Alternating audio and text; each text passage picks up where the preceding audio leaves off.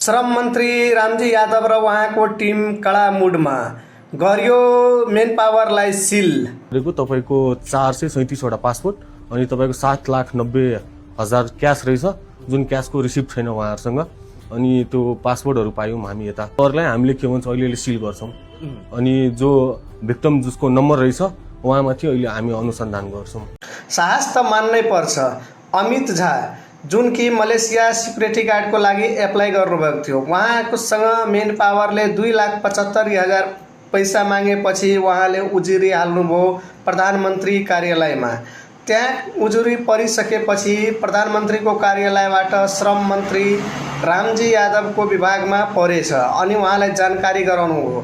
रामजी यादवले तुरुन्तै चाहिँ विदेशिक रोजगार कार्यालयबाट एउटा चिठी मगाएर आफ्नो टिमलाई अलर्ट गरेर तुरुन्तै खटाउनु भयो र मेन पावरमा छापा मार्नुभयो। छापा मारेको क्रममा 437 वटा पासपोर्ट छ भने 7,90,000 जति क्यास बरामद भएका छन् त्यहाँ, जुन कि 7,90,000 को रिसिभ छैन, न त केही प्रमाण छ मेन पावरसँग।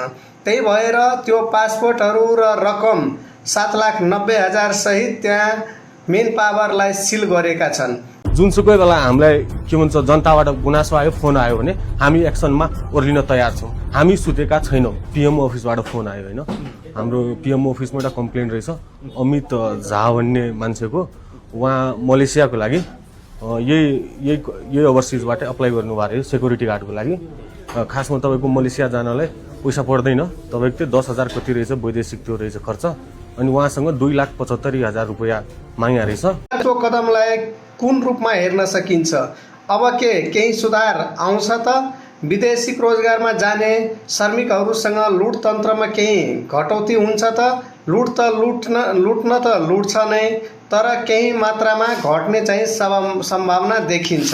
यो भन्दा पहिला लगभग 15 दिन पहिला पनि एउटा मेन पावरमा यस्तै कम्प्लेन आइसकेपछि त्यो मेन पावरका मान्छेलाई समातेर प्रहरीले लग्नुभयो भने त्यो मेन पावर पनि सिल भएका छन्। यसै गरी 12 वटा मेन पावरमा छापा मारेर 12 वटा मध्ये कसैलाई सचेत गराएछ भने कतिलाई सिल पनि गरेका छन्। अवस्था अनुसार के कसो गर्नुपर्छ त्यस्तै सरकार त्यो पछि लागि परेका छन्। अहिले हामी भनेको अहिले बालेन सरकारको नेतृत्वमा हामी यहाँ बसिरहेका छौं।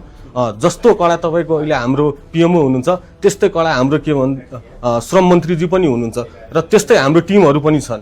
हामी त्यो कसै मान्छेबाट डराउने यताउति गर्ने हाम्रो के पनि हुँदैन।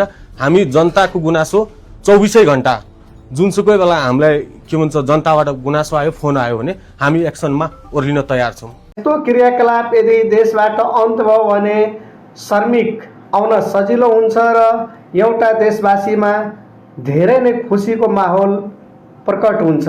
त्यही भएर अब यस्तो कदम सरकारलाई चालिरहनु पर्नेछ। यथार्थ कुरा बुझेर के कसो छ त्यो अनुसार कारबाही गरेर आफ्नो देश र जनताको हितमा काम गरिराख्नु पर्छ भन्ने धारणले देखाएको यो एक्सन प्रति तपाईहरुको धारणा के कसो छ त्यो चाहिँ कमेन्ट गर्नु होला।